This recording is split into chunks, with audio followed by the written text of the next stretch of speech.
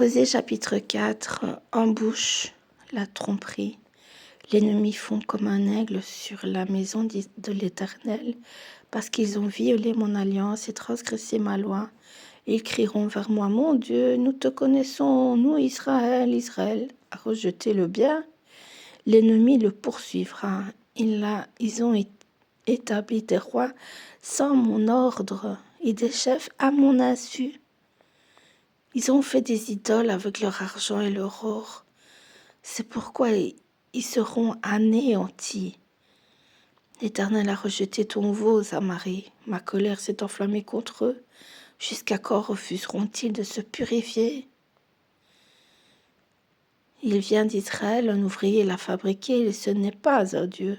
C'est pourquoi le veau de Samarie sera mis en pièces. Puisqu'ils ont semé le vent, non, puisqu'ils ont semé du vent, ils moissonneront la tempête. Ils n'auront pas un épi de blé. Ce qui poussera ne donnera point de farine. Et s'il y en avait des étrangers, la dévoreraient. Israël est anéanti. Ils sont maintenant parmi les nations comme un vin qui n'a pas de prix.